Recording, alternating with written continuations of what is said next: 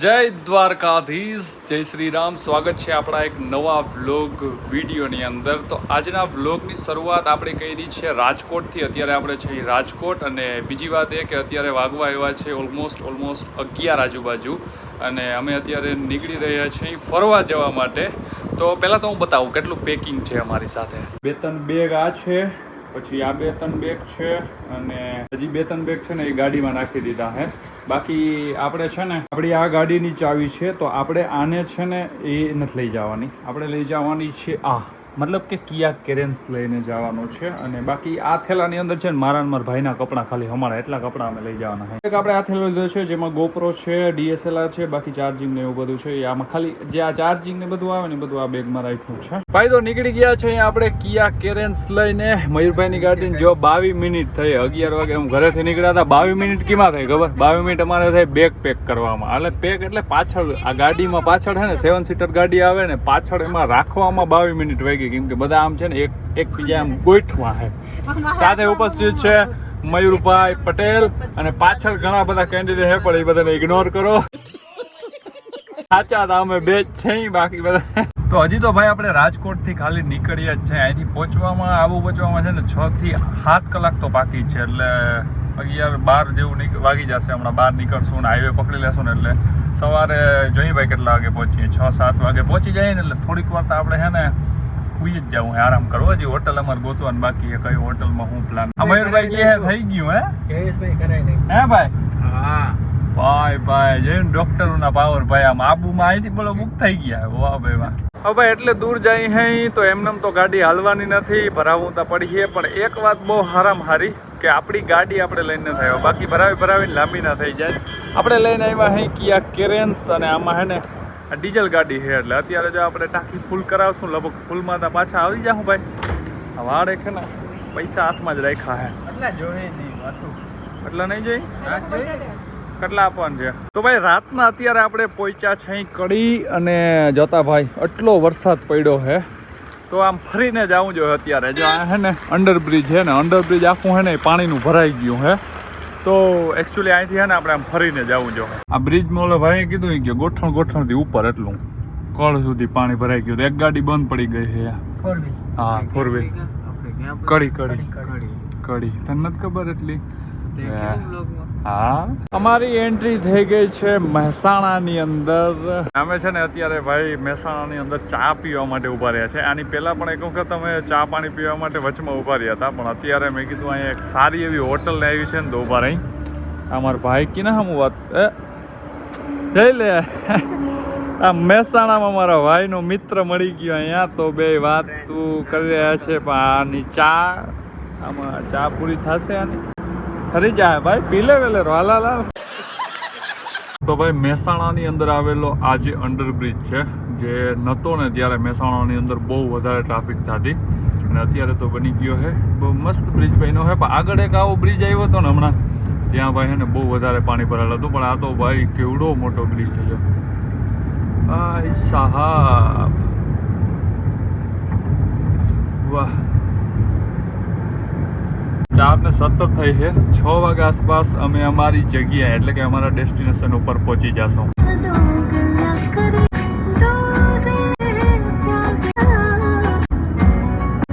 તો finally mount આબુથી આપણે કેટલા 45 થી 50 કિલોમીટર જેટલા દૂર હું, અને વાગી ગયા છે 6 માં થોડીક હજી વાર છે, પણ સાવ જેવું દિવસ જેવું એકદમ લાગે છે. સવારના 5:43 થઈ છે, અને રાજસ્થાન ભાઈ બસ પહોંચવા આવ્યા છે. જવું ખાલી તમે ડુંગર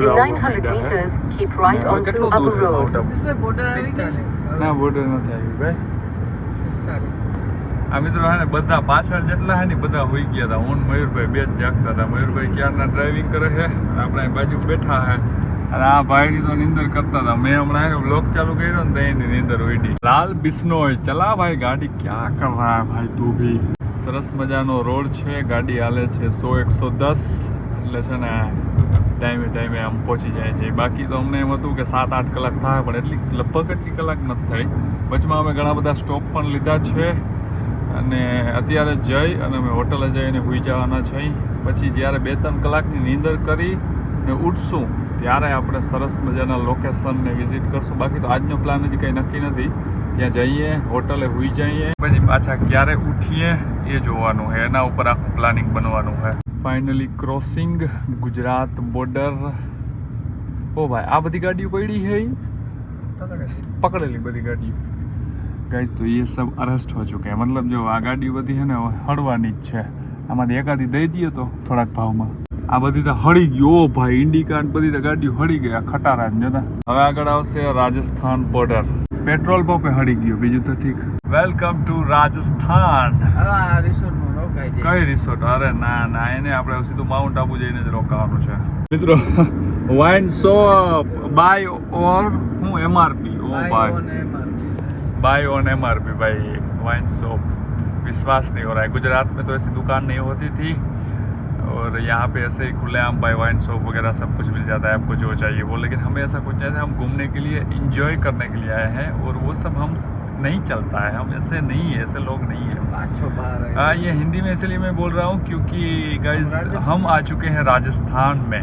इसलिए यहाँ पे इसकी भाई राजस्थान में जो भाषा बोली जाती है ना वो थोड़ी गुजरात टाइप की बोली जाती है. लेकिन हम थोड़ा हिंदी ट्राई करते हैं अभी.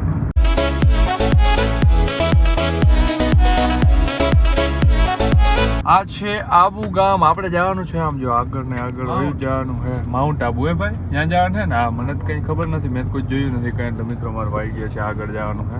આબુમાં છે ને એક વખત હું આવ્યો છું.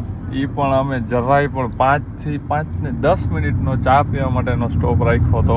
પછી સીધા નીકળી ગયા. હવે 1-2 દિવસ આપણે એક્સપ્લોર કરશું.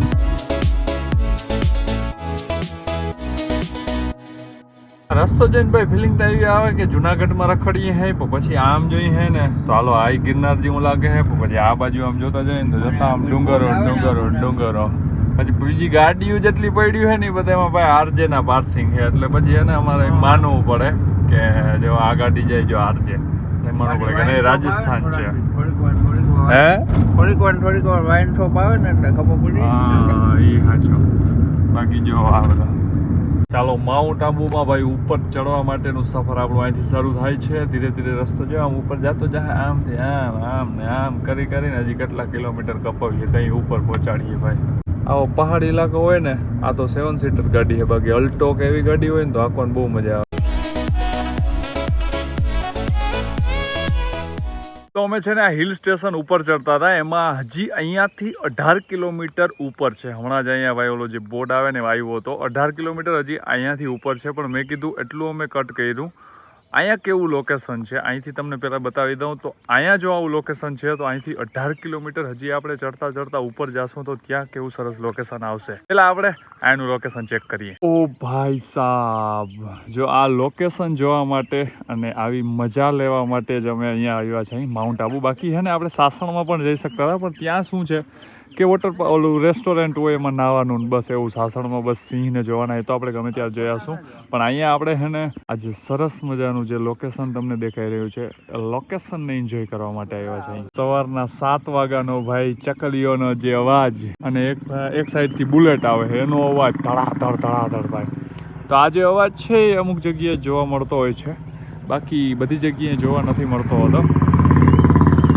હા વાહ ભાઈ વાહ, શું તારો ફોટો આવે છે વાહ.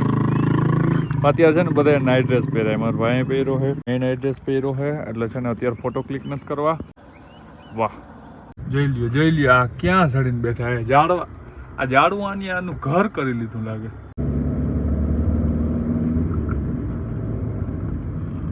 આ બચ્ચું દાજો કેમ જોઈ બિસ્કિટ નું પેકેટ લાવો. ઓલું બચ્ચું બ્લુ કલર નો ઉપર જ છે. આ બચ્ચું બિસ્કિટ નાખો. એ બચ્ચા હોતું આવ્યું. વાવ, એ બિસ્કિટ ખાઈ જોઈ લે આ બચ્ચા વાળું. આને દિયો ને હાથમાં જરાક ખોલીને દિયો. એ લઈ લીધો. જઈ લે આ રીસા ઉપર ચડી ગયા.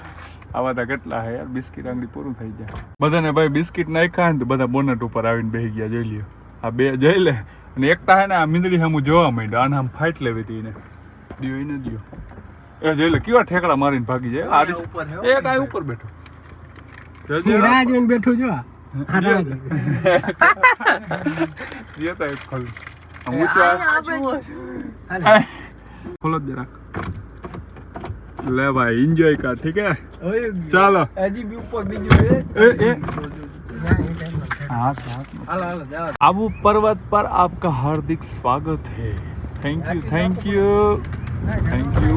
આબુ ઉપર આપણું સ્વાગત થઈ ગયું છે અને 200 રૂપિયાનો ચાંદલો કરી દીધો આપણે અહીંયા